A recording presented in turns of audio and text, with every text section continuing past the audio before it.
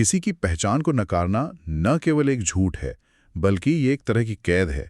ये विचार हमें आज की बातचीत के बिल्कुल केंद्र में ले जाता है। बिल्कुल। हमारे हाथ में द हिंदू का एक लेख है जो एक ऐसे मुद्दे पर रोशनी डालता है जिसे अक्सर अनदेखा कर दिया जाता है।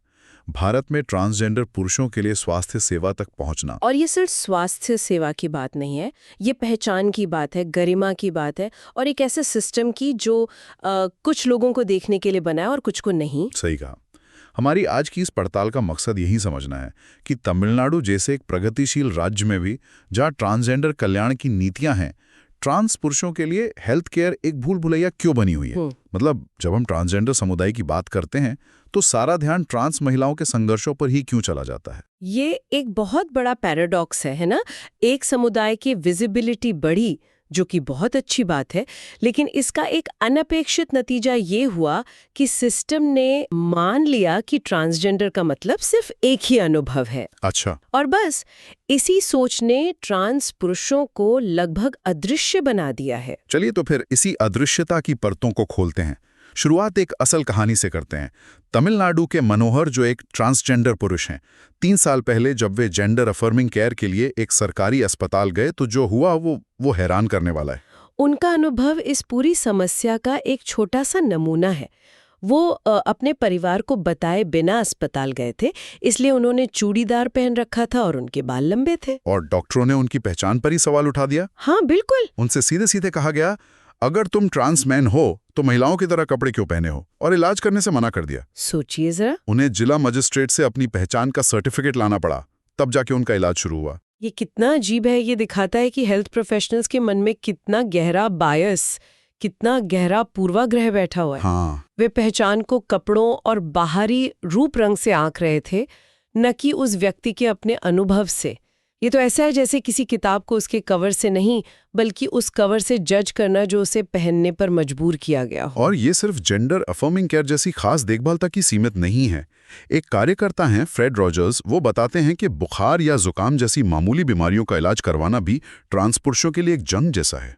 एक बेसिक चीज के लिए भी लड़ना पड़ रहा है। हाँ, उन्हें भरोसेमंद डॉक्टर्स के एक छोटे से नेटवर्क पर निर्भर रहना पड़ता है जो उनके साथ सम्मान से पेश आए। तो स्वास्थ्य सेवा एक अधिकार नहीं, बल्कि एक किस्मत की बात बन जाती है।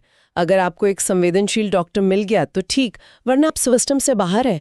ये हेल्थ केयर फॉर ऑल के बिल्कुल खिलाफ है। तो सवाल यही उठता है कि ऐसा हो क्यों रहा है, खासकर तमिलनाडु जैसे राज्य में जिसे ट्रांस वेलफेयर नीतियों के लिए एक मॉडल माना जाता है। यहाँ इतना बड़ा ब्लाइंड स्पॉट क्यों है?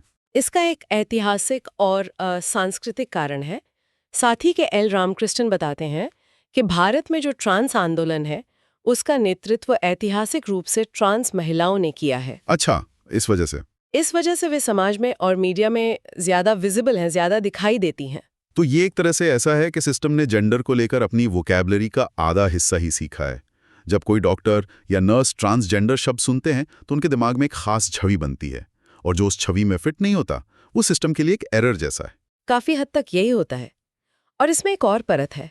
Association for transgender health of India यानी ATHI के संजय शर्मा के अनुसार ट्रांस पुरुषों के लिए प्राइमरी केयर अक्सर स्त्री रोग विशेषज्ञ यानी गायनेकोलॉजिस्ट करते हैं। और यहाँ पर तुम्हें सीधे सीधे एक टकराव देख सकता हूँ। बिल्कुल। उनकी पूरी ट्रेनिंग पुरुष महिला के बाइनरी पर आधारित है। जिस पल कोई ऐसा व्यक्ति अंदर आता है जो इस बाइनरी में फिट नहीं बैठता, पूरा सिस्टम शॉर्ट सर्किट हो जाता है। बिल्कुल। नतीजा ये होता है कि मरीजों को मजाक, बेतुके सवालों या कभी-कभी तो खुली दुश्मनी का सामना करना पड़ता है। ये सिर्फ ज्ञान की कमी नहीं है, ये एक असहजता है जो पूर्वाग्रह से पैदा होती है। जेंडर अफर्मिंग केयर का एक बहुत जरूरी हिस्सा है हार्मोन रिप्लेसमेंट थेरेपी यानी HRT। लेकिन यहां भी, जैसा कि लेख बताता है, एक दोहरी समस्या है। क्या है वो? एक तो डॉक्टरों की तरफ से अधूरी जानकारी, और दूसरा मरीजों का सेल्फ मेडिकेशन का खतरनाक रास्ता अपनाना। और दोनों ही स्थितियां बेहद जोखिम भरी हैं। डॉक्टर अक्सर खुद पूरी तरह से प्रशिक्षित नहीं होते और मरीज सिस्टम की वजह से सेल्फ मेडिकेशन के लिए मजबूर होते हैं। 29 साल के एक ट्रांसमैन है हाफिज, उनका अनुभव इसे साफ करता है। तमिलनाडु की स्वास्थ्य बीमा योजना के तहत मुफ्त हार्मोन के लिए अब 2 दिन अस्पताल में भर्ती होना जरूरी है। 2 दिन भर्ती होना? हाँ। अब जो लोग अपने परिवार से अपनी पहचान छिपा रहे हैं, उनके लिए तो ये नामुमकिन है। तो वो क्या करते हैं? पर्ची लेकर बाहर से हार्मोन खरीद लेते हैं। और यहीं से असली खतरा शुरू होता है। जब आप मेडिकल सुपरविजन से बाहर हो जाते हैं तो आप हर तरह के जोखिम के लिए खुल जाते हैं। बिल्कुल। ट्रांस लोगों का कहना है कि हार्मोन की डोज चाहे वो 100 mg हो, 250 mg हो या 1000 mg, इसका कोई साइंटिफिकली तय किया गया पैमाना ही नहीं है। एक मिनट, आप कह रहे हैं कि इलाज इस बात पर निर्भर करता है कि अस्पताल के स्टॉक रूम में क्या उपलब्ध है, ना कि मरीज के शरीर को क्या चाहिए। ये तो अविश्वसनीय रूप से खतरनाक लगता है। बिल्कुल, ये ऐसा है जैसे ब्लड प्रेशर की दवा इस आधार पर दी जाए कि कौन सी गोली डिब्बे में पड़ी है, न कि मरीज का ब्लड प्रेशर कितना है। बाप रे। और यहाँ एक और दिलचस्प साइकोलॉजिकल एंगल है। सही गाइडेंस की कमी के कारण कुछ ट्रांस पुरुष दाढ़ी बढ़ाने जैसे मर्दाना लक्षणों को तेजी से पाने के लिए ज्यादा डोज की मांग करते हैं। उन्हें लगता होगा कि ज्यादा हार्मोन मतलब तेज नतीजे। हाँ, बिल्कुल यही सोच होती है। लेकिन वे ये नहीं समझते कि ये हार्मोन असल में स्टीरॉयड हैं और बिना डॉक्टरी निगरानी के इनके बहुत गंभीर लॉन्ग टर्म साइड इफेक्ट्स हो सकते हैं। जैसे कि? जी, हम बात करें किडनी की समस्याओं की, हार्ट अटैक और स्ट्रोक के बढ़ते खतरे की और डायबिटीज की। डॉक्टर इन जोखिमों के बारे में मरीजों से शायद ही कभी बात करते हैं। और प्राइवेट सेक्टर में भी तो यही हाल होगा। हाँ, निजी क्षेत्र में भी किफायती और ट्रांस फ्रेंडली एंडोक्रिनोलॉजिस्ट की कमी लोगों को फिर से सेल्फ मेडिकेशन की ओर ही धकेलती है। तो ये सिर्फ अज्ञानता नहीं है, ये एक तरह की गेट कीपिंग भी है। मतलब डॉक्टर ये तय कर रहे हैं कि कौन देखभाल का हकदार है और कौन नहीं, और वो भी अपने बनाए हुए पैमानों पर। आप बिल्कुल सही शब्द का इस्तेमाल करें, गेट कीपिंग। इंटरसेक्स कार्यकर्ता गोपी शंकर मदुरई इसे अफर्मेटिव केयर की कमी कहते हैं। डॉक्टर जेंडर इनकॉन्ग्रेंस को एक बीमारी की तरह देखते हैं। ये हमेशा ये सवाल करते हैं, क्या आप पर्याप्त ट्रांस हैं? ये सवाल ही अपने आप में कितना अजीब है। पर्याप्त ट्रांस होने का क्या मतलब है? क्या इसके लिए कोई मीटर है? यही तो मुद्दा है। ये एक सब्जेक्टिव पैमाना है जो डॉक्टर मरीज पर थोपते हैं। देखभाल पाने के लिए मरीज को पहले एक मनोचिकित्सक से जेंडर डिस्फोरिया का सर्टिफिकेट लाना पड़ता है। अच्छा। डॉक्टर शर्मा यहाँ एक बहुत जरूरी सवाल उठाते हैं। देखभाल का आधार डिस्फोरिया का निदान क्यों होना चाहिए, जेंडर इनकॉन्ग्रुएंस क्यों नहीं? इसका मतलब ये हुआ कि आपको ये साबित करना होगा कि आप अपनी पहचान को लेकर काफी दुखी और परेशान हैं, तभी आपको मदद मिलेगी। ये तो बहुत क्रूर लगता है। ये क्रूर ही है। जेंडर इनकॉन्ग्रुएंस तो बस एक मिसमैच है। मेरा दिमाग एक बात कह रहा है, मेरा शरीर दूसरी। इसका मतलब ये नहीं है कि मैं हर पल मानसिक पीड़ा में हूँ।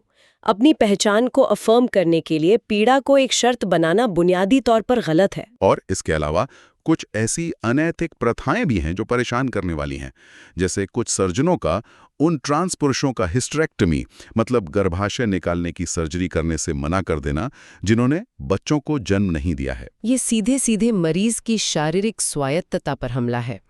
ये डॉक्टरों का पितृसत्तात्मक नजरिया दिखाता है। बिल्कुल। वह उस व्यक्ति को उसके जन्म के समय की पहचान से ही देख रहे हैं। इसी तरह की दूसरी प्रथाओं में बेवजह योनि परीक्षण करना या मरीज को अपनी छाती दिखाने के लिए कहना शामिल है, तब भी जब मरीज ने साफ कहा हो कि उनकी टॉप सर्जरी नहीं हुई है। ये ताकत का खुला दुरुपयोग है। तो फिर इतने टूटे हुए सिस्टम को ठीक करने की शुरुआत कहाँ से की जाए? ये तो बहुत मुश्किल लगता है। मुश्किल है, पर नामुमकिन नहीं। इसका सल्यूशन किसी एक चीज से नहीं होगा, हमें कई एंगल से सोचना होगा। सबसे पहली और जरूरी चीज है रिसर्च। और समाज पर सीधे तौर पर लागू नहीं होता। इसका एक ठोस उदाहरण भी है लेख में। डॉक्टरों को ये तक नहीं पता कि HRT ले रहे ट्रांस पुरुषों को टीके सुरक्षित रूप से दिए जा सकते हैं या नहीं। उनके पास बस डेटा ही नहीं है। बिल्कुल। दूसरा कदम है ट्रेनिंग। मेडिकल प्रोफेशनल्स के लिए एक structured evidence based training program. ये एक दिन की वर्कशॉप नहीं हो सकती। इसे मेडिकल सिलेबस का हिस्सा बनाना होगा ताकि डॉक्टर सहानुभूति और सम्मान के साथ देखभाल करना सीखें। और तीसरा, शायद सबसे जरूरी, सामुदायिक भागीदारी, कम्युनिटी इन्वॉल्वमेंट। हाँ। हेल्थ केयर सिस्टम में उन लोगों को शामिल करना होगा जिनके पास लिव्ड एक्सपीरियंसेस हैं। नीतियां और प्रोटोकॉल बंद कमरों में नहीं बनने चाहिए। जब तक समुदाय के लोग खुद इस प्रक्रिया का हिस्सा नहीं होंगे, तब तक ऐसा सिस्टम नहीं बन सकता जो उनकी जरूरतों को सच में समझे। ये कम्युनिटी इन्वॉल्वमेंट वाला पॉइंट बहुत जरूरी है। अगर मनोहर जैसा कोई व्यक्ति, जिसकी कहानी हमने शुरू में सुनी, वो नीतियां बनाने की प्रक्रिया में शामिल होता, तो कपड़ों को लेकर वो बेतुकी स्थिति शायद कभी पैदा ही नहीं होती। बिल्कुल। और कुछ उम्मीद की किरणें भी हैं। ऐसा नहीं है कि कुछ हो नहीं रहा।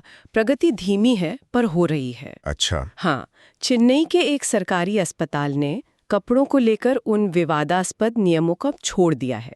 ये एक छोटा लेकिन महत्वपूर्ण कदम है जो दिखाता है कि सिस्टम सीखने को तैयार है। और एक बड़ा कानूनी कदम भी उठाया गया है ना? जी, 2024 में कार्यकर्ताओं ने मद्रास उच्च न्यायालय में एक याचिका दायर की है। हाल ही में अदालत ने याचिकाकर्ताओं को सरकार के मौजूदा एसओपीज में सुधार के लिए सुझाव देने को कहा है। ये न्यायिक हस्तक्षेप बदलाव के लिए एक बहुत शक्तिशाली दबाव बना सकता है। तो आज की चर्चा से ये साफ है कि स्वास्थ्य सेवा एक मौलिक अधिकार हो सकता है, लेकिन भारत में ट्रांस पुरुषों के लिए यह रास्ता अज्ञानता, पूर्वाग्रहों और गेट कीपिंग से बना एक बाधा दौड़ जैसा है। समस्या सिर्फ जागरूकता फैलाने की नहीं है, बल्कि पूरे मेडिकल सिस्टम के ढांचे, ट्रेनिंग और नजरिए को बदलने की है। अंत में ये समझना जरूरी है कि ये सिर्फ एक मेडिकल मुद्दा नहीं है। ये मानवाधिकार का, गरिमा का और सामाजिक न्याय का मुद्दा है। और इसका हल सिर्फ डॉक्टरों या नीतियों से नहीं आएगा। तो फिर कैसे आएगा? असली बदलाव तब आएगा जब हम उनके लिए समाधान बनाने से हटकर उनके साथ समाधान बनाने की ओर बढ़ेंगे। असली विशेषज्ञता उस लिव्ड एक्सपीरियंस में है। और आज की बातचीत से एक सवाल मेरे मन में रह गया है।